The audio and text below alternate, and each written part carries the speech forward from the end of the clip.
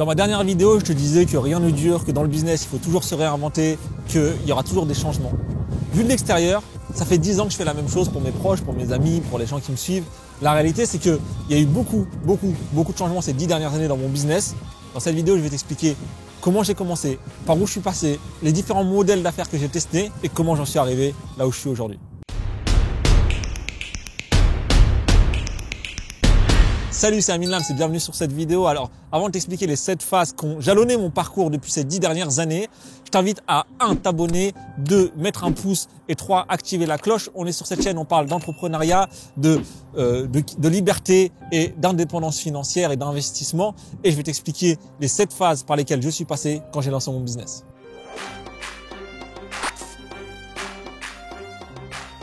L'histoire, elle commence fin 2010, début 2011. Je suis en école d'ingénieur à l'époque et je tombe sur une vidéo qui m'explique qu'on peut gagner de l'argent sur Internet. À l'époque, moi, je passe déjà beaucoup de temps sur Internet. Je me dis, attends, tout le temps que je passe sur mon ordi, là, je pourrais gagner de l'oseille avec. Là, ça ouvre une case dans ma tête. Et pendant des mois, je vais chercher, je vais me renseigner, je vais consulter des forums, je vais regarder des premières vidéos, mais à l'époque, c'était surtout des blogs. Je lis des blogs et je me dis, OK, par où commencer? Par quel modèle commencer? Qu'est-ce que je peux faire? Moi, à la base, pour moi, la réussite sociale, c'était être ingénieur. Et je me dis, OK, qu'est-ce que je vais pouvoir faire pour gagner ma vie? Et quel modèle va pouvoir me permettre d'y arriver?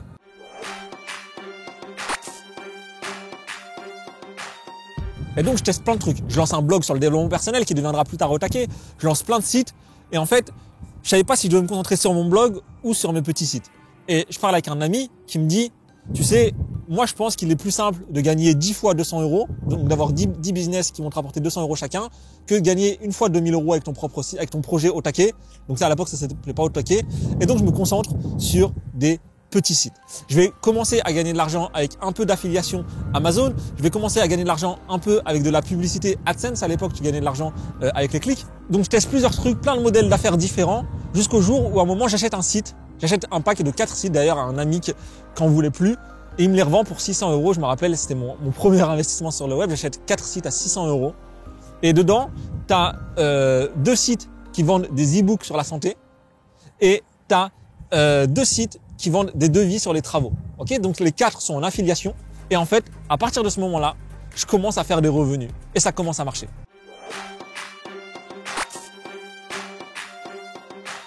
Et donc là, à ce moment-là, on est fin 2012. J'ai mon diplôme d'ingénieur, je dois faire un choix entre aller travailler et me consacrer à mes business qui me rapportent quelques centaines d'euros. Et je me dis, OK, je vais me consacrer à mon business et je vais y aller à fond. Les sites que j'avais achetés, quelques mois après, j'arrive à faire 300, 500 € par mois avec ces sites-là cumulés.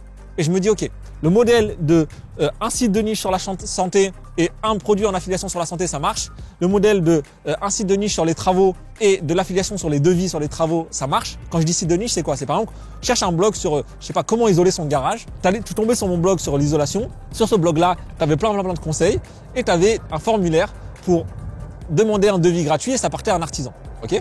Et pareil, j'avais des conseils sur la santé, sur plein de pathologies différentes. Et derrière, je revendais des e-books en affiliation. Et donc, quand je l'ai fait une fois, 2 fois, ça marchait. Et là, je suis passé en mode industriel. Donc, cette phase-là, c'était vraiment l'industrialisation en 2013 où j'ai tout dupliqué. J'ai lancé, je sais plus combien te dire, mais 30 sites sur les travaux, une quinzaine de sites sur la santé. Et on duplique. Il y en a qui vont rapporter 200, 300, 500, 800 € par mois. Il y en a, ils vont rapporter 30 € par mois. Il y en a, ils vont pas marcher.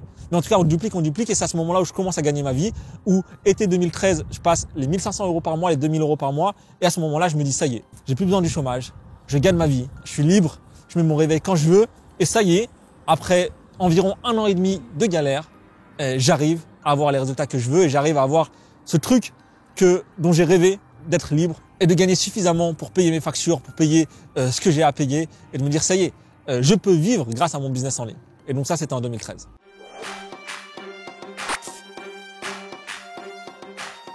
Et donc à ce moment-là, on arrive dans la semaine de 4 heures. C'est-à-dire qu'en 2014, entre guillemets, je lève le pied, je fais plus grand-chose, j'ai mes business qui tournent, tout le travail que j'ai fait pendant des mois, pendant des années, commence à payer.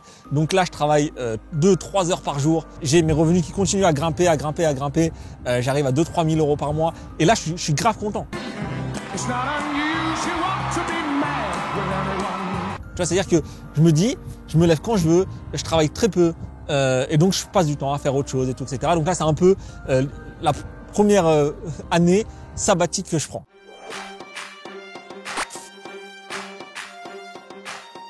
2015, là, je commence à avoir d'autres opportunités qui arrivent. C'est le début des gens qui commencent à faire la publicité sur Facebook.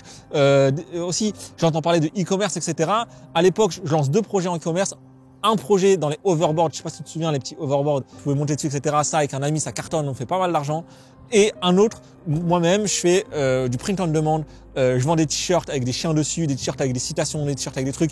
Et ça fait quelques centaines d'euros. Mais en fait, je commence à tester d'autres choses et à sortir un peu de l'affiliation. Donc ça, c'était en 2015.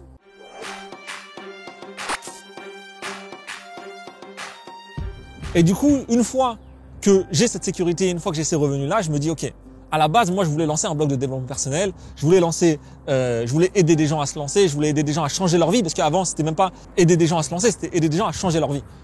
Donc, je veux aider des gens à changer leur vie et on va reprendre mon blog de développement personnel et on va se lancer. Et donc, c'est à ce moment-là où j'ai repris au taquet. On a commencé à faire des vidéos. On a commencé à professionnaliser, à sortir des produits, à sortir des formations. On vend des produits numériques sur au taquet, ça marche.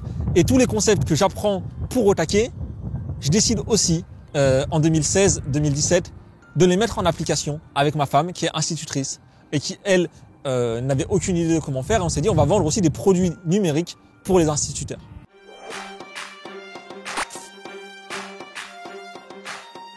Donc là, 2016-2017, toute la machine se met en route. Toute l'expérience que j'ai accumulée depuis ces 5-6 dernières années commence à apporter ses fruits. Sur au taquet, ça commence à payer. Sur le blog que j'ai lancé avec ma femme, ça marche très bien. On commence à passer des paliers de revenus et aussi, on commence à avoir du temps. Et c'est à ce moment-là où je décide de partir en tour du monde. Pendant 1 an en 2017, on a vécu l'année la plus folle de ma vie. Pendant 1 an, on est parti, on a fait plein de pays du monde. Alors dans l'ordre, je vais essayer de te les faire. On a fait l'Inde, la Birmanie, le Cambodge, la Thaïlande, les Philippines, l'Indonésie, l'Australie, Hawaï, l'Ouest américain, Cuba, Pérou, Bolivie, Brésil. On est passé au Maroc pour voir la famille, pour le mariage de ma sœur. On est reparti au Laos, en Thaïlande, encore en Indonésie. Et en Thaïlande et on est rentré. Donc on a fait vraiment un tour du monde global pendant 11 mois, c'était fou. Et ça c'était possible parce que je gagnais ma vie sur le web. Et en rentrant en 2018, j'ai décidé de passer à l'étape supérieure.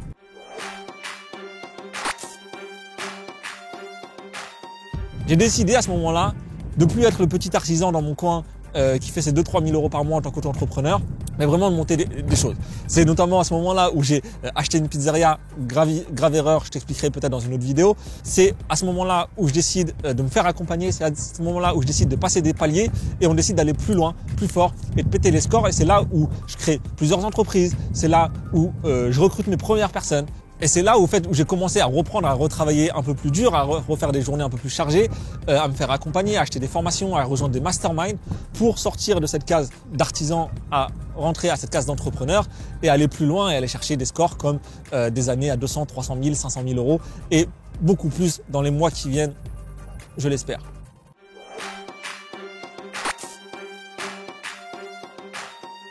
Et donc, c'est quoi la suite? C'est quoi la suite? Après 10 ans à faire ça, après 10 ans, après ce parcours-là, c'est quoi la suite pour 2022, pour 2023, pour les années qui viennent? La réalité, c'est que j'en sais rien. La réalité, c'est que je peux pas savoir où est-ce que je vais aller parce que si tu regardes tous les projets que j'ai aujourd'hui, et encore là, c'est la période la plus longue, c'est-à-dire que ces projets-là, je travaille dessus depuis 2016. Donc là, ça va faire 5 ans. Mais en vrai, les 5 premières années, j'ai changé beaucoup de choses. Et à chaque fois, je lançais des choses et je changeais et je variais. Donc sur au taquet, peut-être que je vais changer le format, peut-être que je vais changer le contenu, peut-être que je vais changer, je vais aller sur d'autres projets, dans d'autres univers, dans d'autres thématiques, dans d'autres technologies. Je sais pas. Mais en tout cas, ce qui est sûr, c'est que je continuerai à faire ce que j'aime, je continuerai à avancer, qu'il y aura des moments où il faudra se réinventer, qu'il y aura des moments où il faudra tout casser pour tout reconstruire et on saura le faire parce que ça fait 10 ans qu'on fait ça. Donc tu vois, moi je suis pas figé aujourd'hui. Je suis pas ancré dans ce que je fais aujourd'hui parce que je sais que les tendances vont évoluer, que les modes de consommation vont évoluer, que Internet va évoluer, que l'économie va évoluer. Mais une chose est sûre, c'est que maintenant qu'on est hal, on compte bien y rester, gravé sur la dalle, aimer et détester. L'aventure continue et continuera. Inch'Allah, qui vivra verra. J'ai toujours rêvé de placer ça dans une vidéo. C'était un plaisir. Pense à mettre un j'aime, pense à t'abonner si c'est pas encore fait. Explose-moi le bouton j'aime ou explose-moi la barre de like. Mets-moi un commentaire pour me faire kiffer et je te dis rendez-vous.